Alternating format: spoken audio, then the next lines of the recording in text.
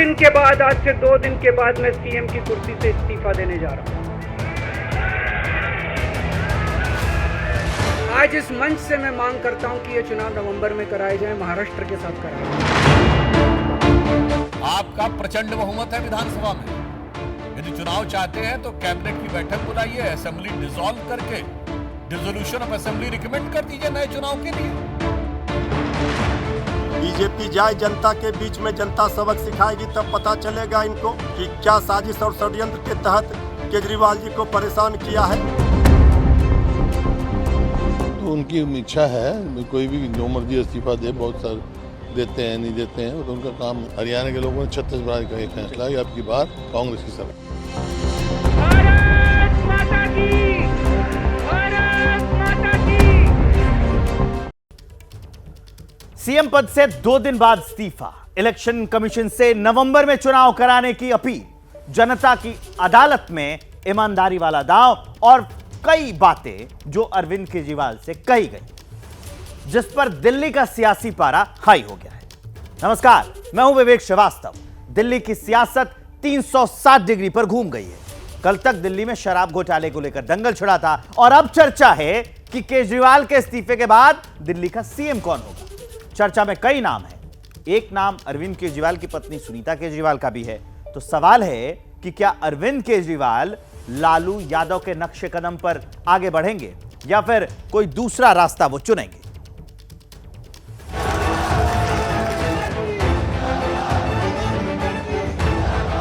अगले 2-3 दिन के अंदर विधायक दल की मीटिंग होगी और विधायक दल की मीटिंग में अगले मुख्यमंत्री के नाम का तय किया जाएगा।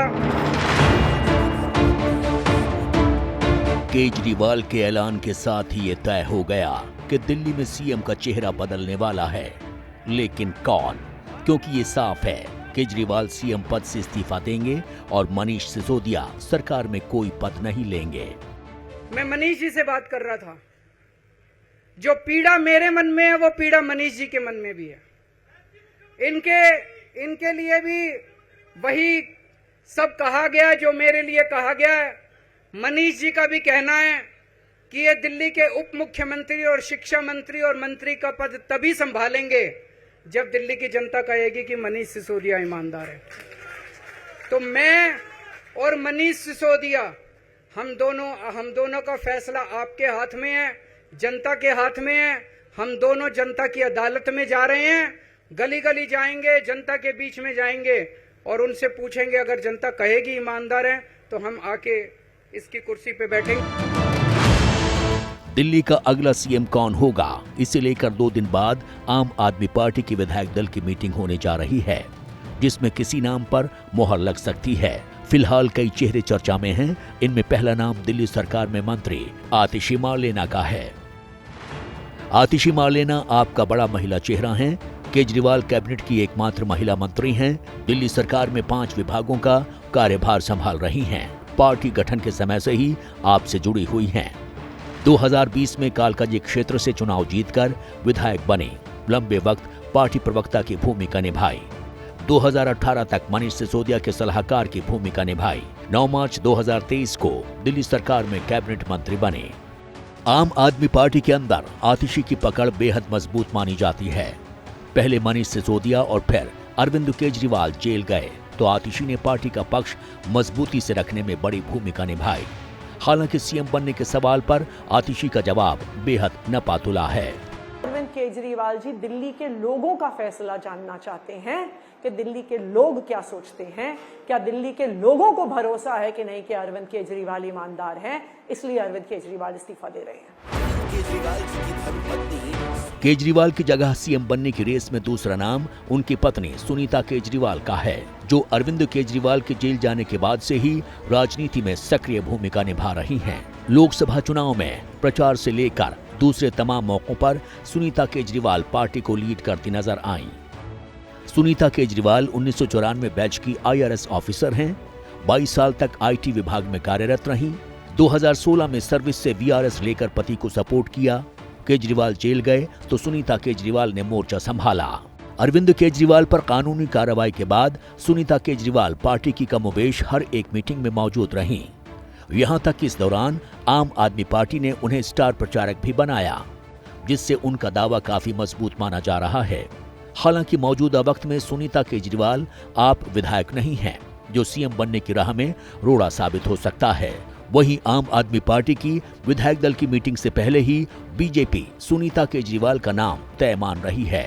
सुनीता केजरीवाल ही अगर वो इस्तीफा देंगे तो वह जो है मुख्यमंत्री बनेंगी। ये सारे का सारा खेल सुनीता केजरीवाल को मुख्यमंत्री बनाने का फैसला आएगा, ये मैं आज आपको बता सकता हूं। अभी आप 2 दिन का समय क्यों मांग रहे हैं? क्योंकि अब आप अपने एमएलए को ये जताना चाहते हैं कि मेरी धर्मपत्नी को मुख्यमंत्री बनाओ, मैं जल्दी चुनाव करा दूंगा और मैं तुम्हें दोबारा एमएलए बनवा दूंगा, पर मैं किसी और को कुर्सी पे नहीं बिठाऊंगा। अभी सारे एमएलए को कन्विंस करने की कोशिश कर रहे हैं कि इनकी धर्मपत्नी को मुख्यमंत्री के रूप में वो एक्सेप्ट करें, इसलिए अरविंद केजरीवाल जी 2 दिन का टाइम मांग रहे हैं। वो दिल्ली के बीजेपी का तर्क और बयानबाजी अपनी जगह, क्योंकि सिर्फ आतिशी और सुनीता केजरीवाल ही नहीं, 2 और चेहरे सीएम की रेस में हैं।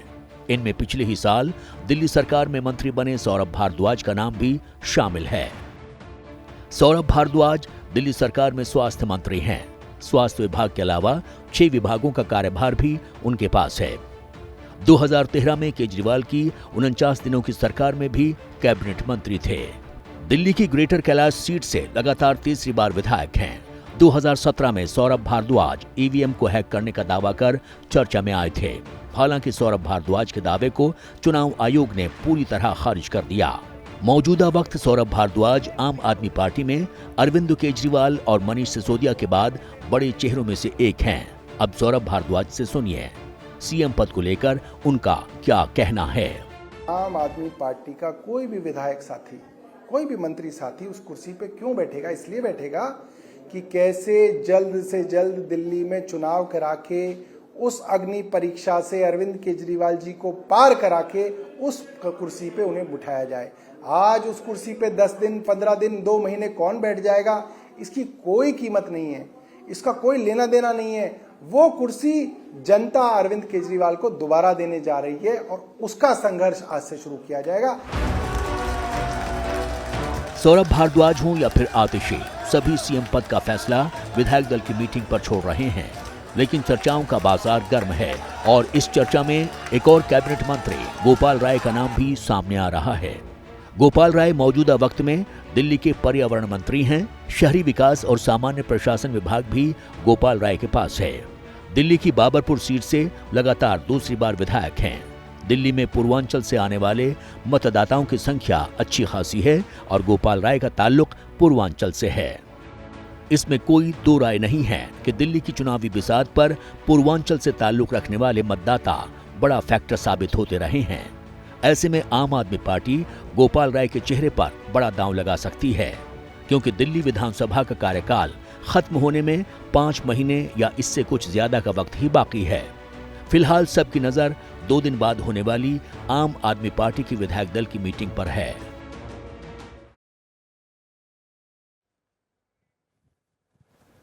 दिल्ली का अगला सीएम कौन होगा, इस पर अभी कयासों का दौर जारी है। इधर केजरीवाल ने इस्तीफे का ऐलान किया तो पड़ोसी राज्य हरियाणा में सियासी तपिश बढ़ने लगी है। वजह साफ है, आम आदमी पार्टी हरियाणा की सभी 90 सीट पर चुनाव लड़ रही है और केजरीवाल ने इस्तीफे वाला फैसला विधानसभा चुनाव के वक्त किया तो कांग्रेस के भूपेंद्र हुड्डा, जेजेपी के दिग्विजय चौटाला समेत कई बड़े नेता मैदान में आ गए हैं, जिनके बयान केजरीवाल को अब चुभने लगे हैं। भारत माता की। आज मैं जेल से आया हूं, मैं अपनी अग्नि परीक्षा देने के लिए तैयार हूं। इनकलाब वंदे। आज से 2 दिन के बाद मैं सीएम की कुर्सी से इस्तीफा देने जा रहा हूं और जब तक जनता अपना फैसला ना सुना दे कि केजरीवाल ईमानदार है, तब तक मैं सीएम की कुर्सी के ऊपर नहीं बैठूंगा। शराब घोटाला मामले में शुक्रवार को केजरीवाल बेल पर जेल से बाहर आए और रविवार को बड़ा दांव चल दिया, जो दिल्ली के साथ ही पड़ोसी राज्य हरियाणा की चुनावी जमीन पर भी हलचल पैदा कर रहा है। 2 दिन के बाद, आज से 2 दिन के बाद मैं सीएम की कुर्सी से इस्तीफा देने जा रहा हूं। जेल में रहने के दौरान इस्तीफे से इनकार करने वाले अरविंद केजरीवाल के फैसले की टाइमिंग बेहद दिलचस्प है। दिलचस्प इसलिए क्योंकि केजरीवाल का फैसला ऐसे वक्त में आया है जब पड़ोसी राज्य हरियाणा में विधानसभा चुनाव है और उनकी पार्टी राज्य की सभी 90 सीटों पर चुनाव लड़ रही है। माना जा रहा है कि सीएम की कुर्सी छोड़ने का फैसला कर केजरीवाल ने संदेश देने की कोशिश की है कि उन्हें पद का कोई लालच नहीं है। फैसले के जरिए आम आदमी पार्टी की पूरी कोशिश केजरीवाल की ईमानदार वाली छवि को मजबूत करने की है। जनता से हम प्रमाण पत्र लेकर आएंगे, ईमानदार है या गुनहगार है ये दिल्ली की जनता तय करेगी। यानी आम आदमी पार्टी ने केजरीवाल के ईमानदार वाले नैरेटिव को मजबूत करने के लिए सबसे बड़ा दांव चल दिया है, जिसकी गूंज पड़ोसी राज्य हरियाणा में भी सुनी जा रही है। इधर केजरीवाल ने इस्तीफे का ऐलान किया, उधर हरियाणा की चुनावी पिच पर बयानों के बाउंसर तेज हो गए। 2 दिन के बाद मैं सीएम की कुर्सी से इस्तीफा देने जा रहा हूँ। हरियाणा के लोगों ने छत्तीसगढ़ का एक फैसला है, अब की बार कांग्रेस की सरकार। हरियाणा में चुनाव लड़ने की घोषणा करके अरविंद केजरीवाल फंस गए हैं और वहाँ इनका खाता भी नहीं खुलना है। ये जो राजनीतिक नौटंकी आज हुई है, एक प्रपंच रचा गया कि किसी तरह से सहानुभूति का एंगल मिल जाए।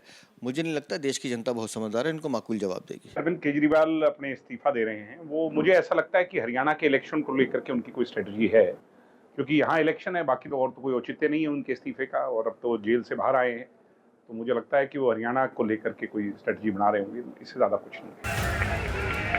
अब सवाल है, क्या अरविंद केजरीवाल का इस्तीफा सिर्फ बहाना है और हरियाणा चुनाव असली निशाना है? और क्या हरियाणा चुनाव में अरविंद केजरीवाल का चेहरा बड़ा फैक्टर साबित होगा? पहले आंकड़ों पर नजर डालिए। आम आदमी पार्टी ने 2014 में हरियाणा की सभी 10 लोकसभा सीटों पर चुनाव लड़ा, पर किसी भी सीट पर जीत नहीं मिली। चुनाव में आम आदमी पार्टी को सिर्फ 4.2% वोट मिले। 2019 के लोकसभा चुनाव में आम आदमी पार्टी ने 3 सीटों पर चुनाव लड़ा, पार्टी को सिर्फ 0.34% वोट मिले। 2024 के लोकसभा चुनाव में आम आदमी पार्टी ने कांग्रेस से गठबंधन कर 1 सीट पर प्रत्याशी खड़ा किया। इस चुनाव में आम आदमी पार्टी को 3.94% वोट मिले, जबकि 2019 के हरियाणा विधानसभा चुनाव में आम आदमी पार्टी को 0.48% वोट मिले थे। इन आंकड़ों से जाहिर है कि आम आदमी पार्टी के लिए हरियाणा की चुनावी पिच पर धुआंधार बैटिंग करना आसान नहीं होने वाला। हरियाणा में चुनाव है और पूरे हरियाणा के लोग और हिंदुस्तान के लोग जानते हैं कि कांग्रेस और बीजेपी का मुकाबला है। केजरीवाल के इस्तीफे से सबसे ज्यादा बेचैनी कांग्रेस में है। इसके पीछे एक वजह ये भी है कि दिल्ली और पंजाब दोनों जगह जहां आम आदमी पार्टी का शासन है, वहां कांग्रेस को सत्ता से बेदखल कर आपने सरकार बनाई। हरियाणा में केजरीवाल की एंट्री से बीजेपी की तुलना में कांग्रेस के नुकसान की आशंका कहीं ज्यादा है। हरियाणा की जनता से हम यही निवेदन करना चाहेंगे कि जब कांग्रेस और बीजेपी का ही मुकाबला है, तो दूसरे इधर उधर अगर झांकेंगे तो बीजेपी को फायदा पहुंचेगा। तो बीजेपी को अगर हराना है, कांग्रेस को वोट देना चाहिए। इसमें कोई दो राय नहीं कि आम आदमी पार्टी में अरविंद केजरीवाल बड़ा चेहरा है, लेकिन हरियाणा चुनाव में उनका सियासी कद कितना असर पैदा कर पाएगा, ये सवाल बड़ा है। हाल में हुए लोकसभा चुनाव में आम आदमी पार्टी ने कुल 22 सीटों पर अपने उम्मीदवार उतारे थे। केजरीवाल ने 21 दिनों तक प्रचार किया था, फिर भी पार्टी को पंजाब की सिर्फ 3 सीटों पर ही जीत मिली। मतलब हरियाणा के चुनावी दंगल में केजरीवाल के कदम रखने से कोई बड़ा उलटफेर होने वाला है, ऐसी संभावना बहुत कम है। लेकिन एक तथ्य ये भी ध्यान रखना होगा कि हरियाणा अरविंद केजरीवाल की जन्मभूमि है। दूसरा, हरियाणा आम आदमी पार्टी शासित दिल्ली और पंजाब के बीच में है और दोनों राज्यों के बॉर्डर पर हरियाणा की 24 विधानसभा सीटें हैं, जहां आम आदमी पार्टी बड़ा खेल कर सकती है। केजरीवाल के इस्तीफे वाले ऐलान पर सियासत में घमासान छिड़ा है। दिल्ली से बिहार और जम्मू कश्मीर तक तर्कों के तीर चलाए जा रहे हैं। बीजेपी का दावा है केजरीवाल का इस्तीफा देने के फैसले के पीछे बेल की शर्तें हैं, तो वहीं केजरीवाल के खिलाफ कांग्रेस ने भी अब मोर्चा खोल दिया है।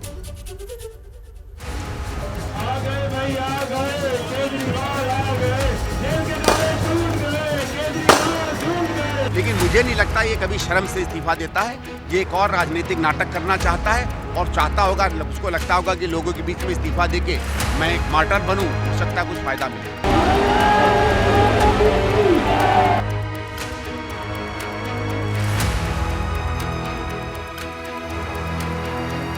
यहाँ पर मैं बहुत साफ करना चाहता हूँ कि जिस भ्रम और झूठ का प्रचार आम आदमी पार्टी के द्वारा किया जाता है,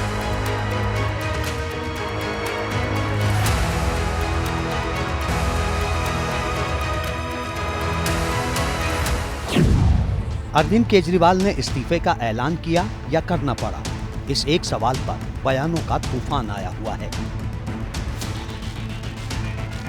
बीजेपी से लेकर कांग्रेस और दूसरे राजनीतिक दलों के रणबांकुरे मैदान में आ गए हैं। तर्कों के तीर चलाए जा रहे हैं और सबसे ज्यादा हमले बीजेपी की ओर से हो रहे हैं। कोर्ट का जो दूसरा ऑर्डर आया है उसमें भी केजरीवाल जी को इस योग्य नहीं माना कि वो सीएम दफ्तर जाएं, ना इस योग्य माना कि वो सीएम का कार्यभार संभालते हुए किसी फाइल पर हस्ताक्षर करें। ऐसा लग रहा है जैसे आज इतनी इस बेल कंडीशन की विवशता पर माननीय मुख्यमंत्री अरविंद केजरीवाल जी नैतिकता का आवरण ओढ़ रहे हैं। बेल इंसाफ कहाँ से हो गई भाई, ये तो मैं जानना चाहता हूँ।